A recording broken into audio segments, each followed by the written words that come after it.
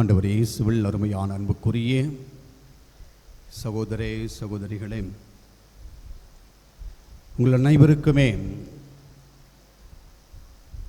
உயிர்த்த ஆண்டுடைய பெருவிழா நல்வாழ்த்துக்களை பெருமகிழ்ச்சியோடு கூறிக்கொள்ளுகிறேன். Happy Easter. தூங்குறவங்களாம் கொஞ்சம் ஏஞ்சிடுங்க, அப்படி ஹாப்பி ஈஸ்டர் சொல்லுங்கள் பக்கத்தில் எல்லாருக்கும் பார்த்து. நம்முடைய பங்கு தந்தை அவர்களுக்கு நாம் எல்லோரும் சேர்ந்து ஹாப்பி ஈஸ்டர் சொல்லுவோம். ஹாப்பி ஈஸ்டர் சாமி. எவ்வளவு ஒரு சந்தோஷம், எவ்வளவு ஒரு ஆனந்தம். ஆண்டவர் இயேசு உயிர்த்து விட்டார். அல்லேலூயா. இந்த அல்லேலூயா என்ற இந்த கீதத்தை, வார்த்தையை ஏறக்குறைய 40 நாட்கள் நம்முடைய வாயிலிருந்து உச்சரிக்காமல், திருப்பலியிலே இந்த அல்லேலூயா என்ற கீதத்தை பார்த்து பாடி ஆண்டவரை போற்றாமல் நாம் இருந்திருக்கிறோம். ஏனென்றால் அல்லேலூயா என்று சொல்லுகிற பொழுது கடவுளே போற்றி, இறைவா போற்றி என்று சொன்னோம். ஆனால் ஏன் இந்த 40 நாட்கள் இந்த வார்த்தையை நாம் சொல்லவில்லை, கடவுளை புகழவில்லை? ஏனென்றால் ஆண்டவருக்கு அநியாய தீர்ப்புகள், அவருடைய பாடுகள், வேதனைகள், மரணம், இவைகளை முழுமையாக உள்ளடக்கி கொண்டு ஆண்டவர் பட்ட பாடுகளிலே நானும் பங்கெடுக்கிறேன் என்று சொல்லி அவரோடு நாம் இந்த நடந்து வந்தோம்.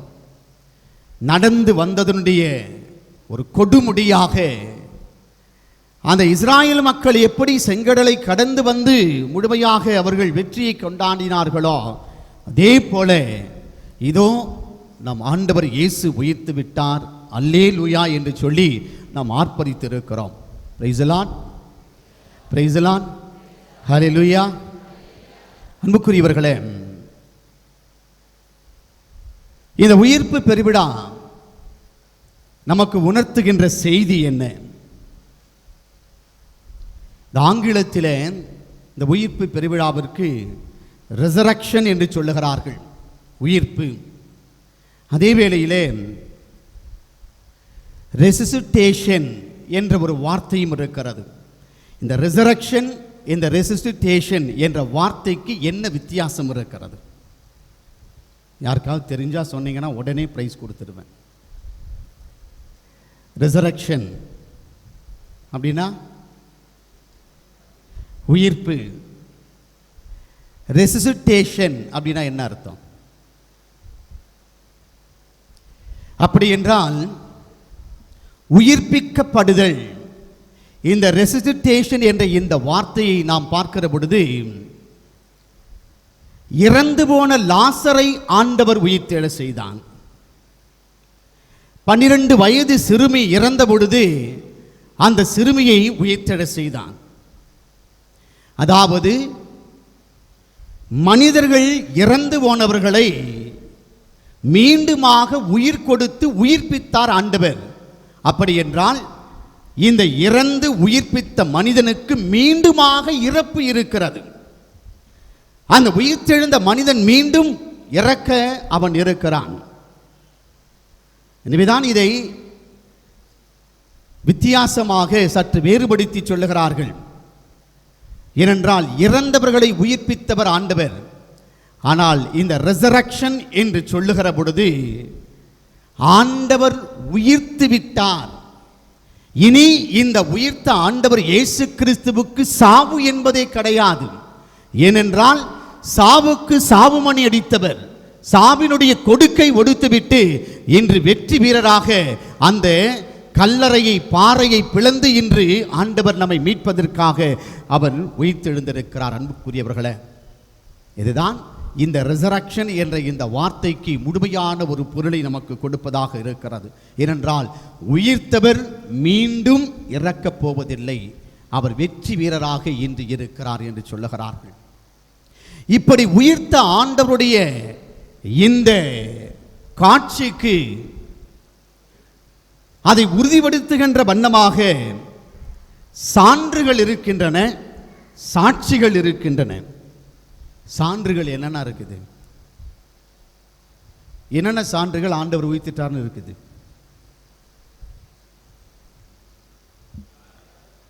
காலியான கல்லறை. சாட்சிகள் நமக்கு தெரியும்.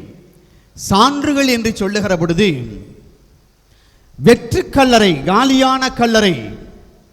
மற்றொன்று, அவர் தலையிலே மூடியிருந்த அந்த துண்டானது, வெள்ளை துணியானது, அது சுற்றப்பட்டு ஒரு ஓரத்திலே இருக்கிறது.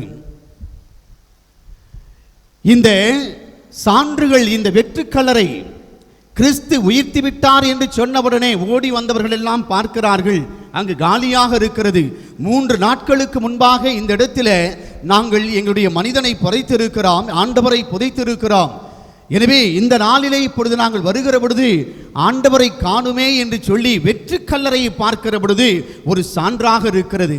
அதே வேளையிலே அன்புக்குரியவர்களே, அந்த வெற்று கல்லறையை பார்த்தவர்கள் ஒரு அருகாமையிலே அந்த வெள்ளை துணி, தலையிலே சுற்றப்பட்ட அந்த வெள்ளை துணியானது அது சுருட்டி அது ஒரு இடத்திலே சுற்றப்பட்ட நிலையிலே இருக்கிறது.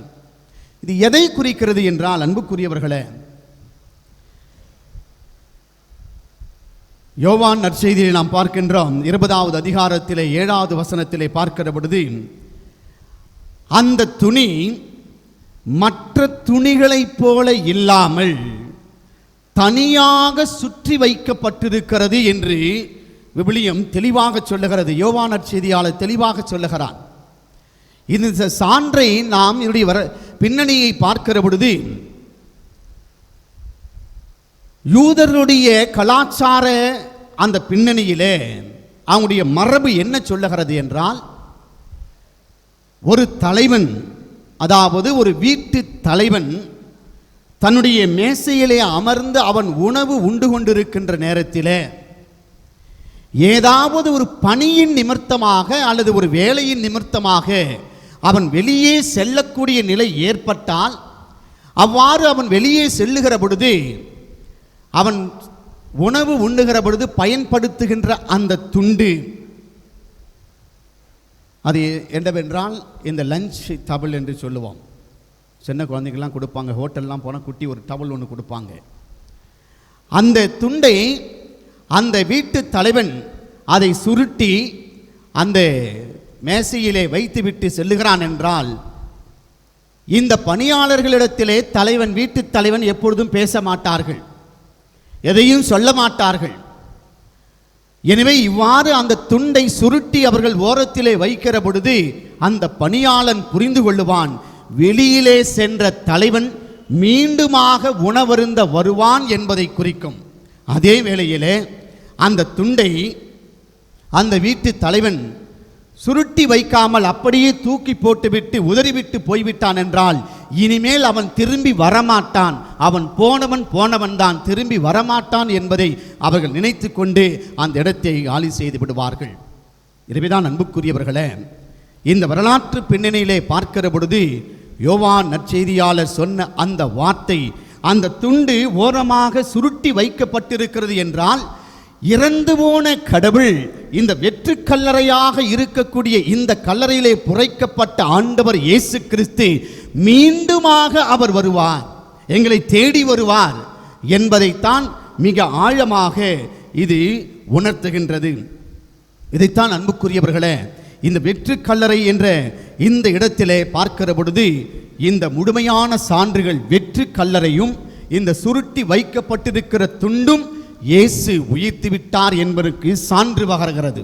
அதே வேளையிலே சாட்சிகள் என்று சொல்லுகிற பொழுது 3 நாட்களுக்கு முன்பாக அவரை அடக்கம் செய்த அந்த அரிமத்தியா ஊரை சேர்ந்த யோசேப்பு, நிக்கோதேம் மற்றுமாக இந்த மகதல மரியா, அவரோடு கூட சேர்ந்த மற்ற மரியாவும், இவர்கள் ஞாயிற்றுக்கிழமை அதிகாலையிலே செல்லுகிறார்கள். ஏனென்றால் வெள்ளிக்கிழமை புதைக்கப்பட்டவர், ஞாயிற்றுக்கிழமை அவர்கள் ஓடி வருகிறார்கள். நடுவில் இந்த சனிக்கிழமை என்று ஒன்று நாள் இருக்கிறது. இதைத்தான் முதல் வாசகம் என்று தொடக்க நூலிலே வாசிக்கின்ற பொழுது, கடவுள் 6 நாட்கள் இந்த உலகத்தை படைத்துவிட்டு 7வது நாள் ஓய்ந்திருந்தார் என்று நாம் படித்தோம். எனவேதான் இந்த சனிக்கிழமை என்ற அந்த நாளிலே இந்த யூதர்கள் எந்த ஒரு செயலும் செய்ய மாட்டார்கள். எந்த ஒரு அசைவுகளும் அவருடைய வாழ்விலே நடைபெறாது. ஏனென்றால் இந்த 7வது நாள் ஓய்வு நாள், சாபத் டே என்று சொல்லுகிற பொழுது அவர்கள் அசையாமல் அப்படியே இருந்த இடத்திலே இருப்பார்கள். எனவேதான் அன்புக்குரியவர்களே, இந்த அதிகாலையிலே 3வது நாள் தொடக்கத்திலேயே இவர்கள் இந்த கல்லறைக்கு வருகிறார்கள். யூத வழக்கப்படி பார்த்தீர்கள் என்றால், ஒரு மனிதனை அவர்கள் கல்லறையிலே அடக்கம் செய்து விட்டார்கள் என்றால் அந்த கல்லறைக்கு 3 நாட்கள் அவர்கள் சென்று சந்தித்து விட்டு வருவார்கள். ஏனென்றால் அவருடைய வழக்கத்திலே இந்த புதைக்கப்பட்ட இந்த மனிதர்கள், இந்த கல்லறைக்குள் இருப்பவர்கள், அவருடைய உடல் அழுக ஆரம்பிக்கின்ற பொழுதுதான் அவர்கள் அந்த இடத்திலிருந்து போவதை நிறுத்துவார்கள். ஏனென்றால் இந்த 3 நாட்களும் அந்த உடலானது அங்கேயே இருக்கிற பொழுது அவருடைய ஆவி அந்த கல்லறைக்குள்ளாகவே சுத்தி கொண்டிருக்கும். அந்த உடல் அழிய ஆரம்பிக்கின்ற பொழுதுதான் அந்த ஆவி அந்த கல்லறை விட்டு வெளியே செல்லும் என்ற ஒரு ஐதீகத்திலே அவர்கள் இருப்பதினால்தான் 3 நாட்கள் அவர்கள் செல்லுகிறார்கள். ஏனென்றால் சனிக்கிழமை இவர்கள் செல்ல முடியாது. எனவேதான் ஞாயிற்றுக்கிழமை அதிகாலையிலே இவர்கள் செல்லுகின்ற பொழுது அங்கு பார்க்கிறார்கள் வெற்று கல்லறையும் சுருட்டி வைக்கப்பட்டிருந்த அந்த துண்டையும். அப்படி பார்க்கின்ற மனிதர்களுக்குத்தான் அந்த வானதூதர் தோன்றி அச்சத்திலே பயத்திலே இருக்கிறார்கள். இப்படிப்பட்ட ஒரு உருவம் என்னுடைய ஆண்டவரை நாங்கள் காணவில்லையே என்ற ஒரு பயத்திலே, அச்சத்திலே, நடுக்கத்திலே அவர்கள் இருக்கின்ற பொழுது அந்த வானதூதர் மிக தெளிவாக சொல்லுகிறார், அஞ்சாதீர்கள், பயம் கொள்ளாதீர்கள், உங்கள் ஆண்டவர் உங்களோடு இருக்கிறார், உங்களை அவர் தனியாக விடவில்லை, அந்த கடவுள் உங்களோடு இருக்கிறார் என்று சொல்லி அவர்களை முழுமையாக திடப்படுத்துகின்றார். இந்த வார்த்தையைத்தான் இந்த சீடர்கள் ஓடி ஒளிந்தார்கள். அன்புக்குரியவர்களே, சற்று யோசித்து பாருங்கள். யார் இயேசு கிறிஸ்துவை நம்பவில்லையோ, யார் சந்தேகத்திலே இருந்தார்களோ, யார் இயேசுவின் மீது குற்றத்தை சுமத்தினார்களோ அவர்கள் நம்பினார்கள் இயேசு சொன்னதை செய்வார், உயிர்ப்பார் என்பதை.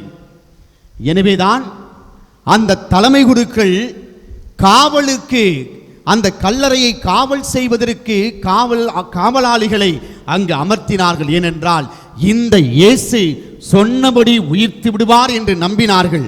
ஆனால் அதே வேளையிலே அன்புக்குரியவர்களே, தங்களுடைய சகோதரர்களாக இருந்து சீடர்களாக மாறி நண்பர்களாக வாழ்ந்து கொண்டிருந்த அந்த சீடர்கள் எப்பொழுதெல்லாம் இயேசு தன்னுடைய பாடுகளை பற்றி அவர்களுக்கு போதித்தாரோ அப்பொழுதெல்லாம் அவர்கள் மரணத்தை பற்றி மட்டுமே நினைத்தார்கள்.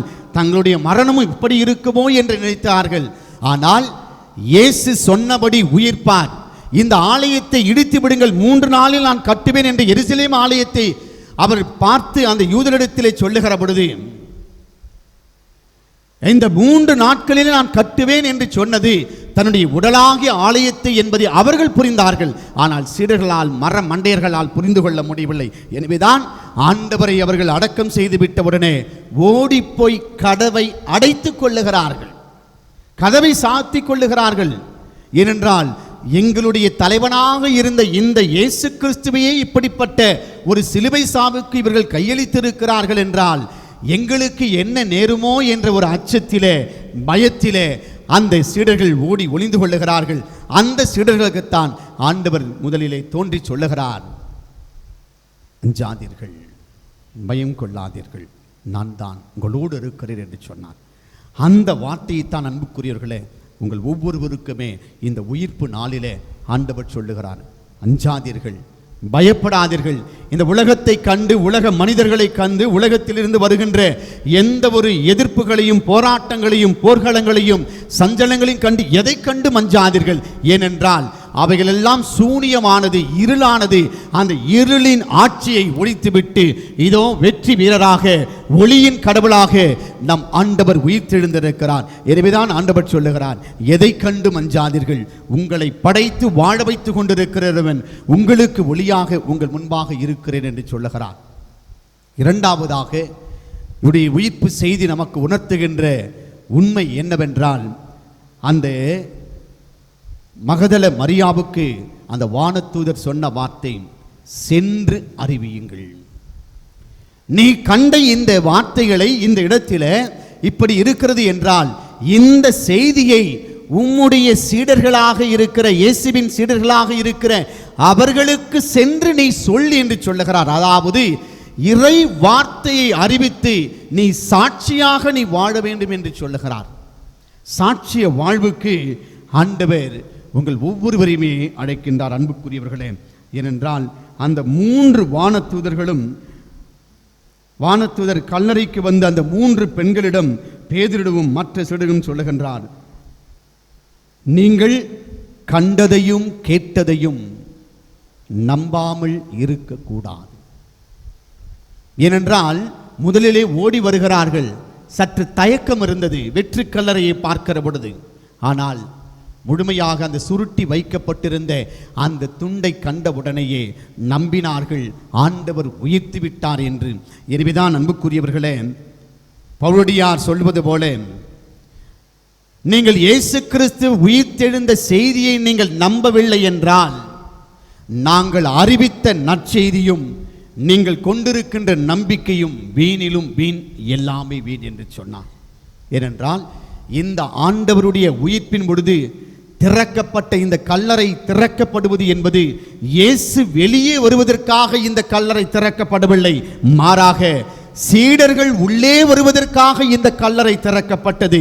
விசுவாசம் கொள்வதற்காக, தனக்கு சாட்சிய வாழ்வு வாழ்வதற்காக தைரியத்தோடு ஆண்டவர் இயேசு கிறிஸ்து அவர் உயிர்த்தெழுந்த இந்த நாள்தான் திருச்சபையினுடைய அடித்தளமாக இருக்கிறது. திருச்சபையினுடைய விசுவாச ஆணிவேராக இருக்கிறது.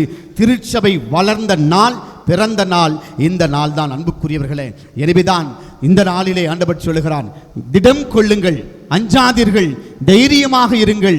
இந்த உலக மாய கவர்ச்சியாக இருக்கிற அந்த சாத்தானின் கொடுக்கை, இருளின் ஆட்சியை இதோ நான் உடைத்து உண்மையின் கடவுளாக உங்களோடு இருக்கிறேன், உங்களை கைவிட மாட்டேன் என்று சொல்லுகிறான். திடம் கொண்டு சாட்சிய வாழ்வு, இறை வார்த்தைக்கு சாட்சிகளாக, கிறிஸ்து இயேசுவுக்கு சாட்சிகளாக, உண்மையை உணர்ந்தவர்களாக, உண்மைக்கு சாட்சிகளாக, நீங்கள் பேசுகின்ற வார்த்தை கிறிஸ்துவின் நற்செய்தியாக, நீங்கள் உடுத்துகின்ற உடை கிறிஸ்துவின் நற்செய்தியாக, நீங்கள் வாழுகின்ற வாழ்க்கை முறை கிறிஸ்துவின் நற்செய்தியாக, அதாவது அன்பையும் அமைதியையும் சமாதானத்தையும் ஒற்றுமையும் ஏற்படுத்துகிற பொழுது நீங்கள் கிறிஸ்துவின் சாட்சிகளாக இருந்து உலகின் ஒளியாக இருப்பீர்கள். உயிர்த்த ஆண்டவர் உங்களோடு இருந்து உங்களை வாழ வைப்பார். ஆமென்.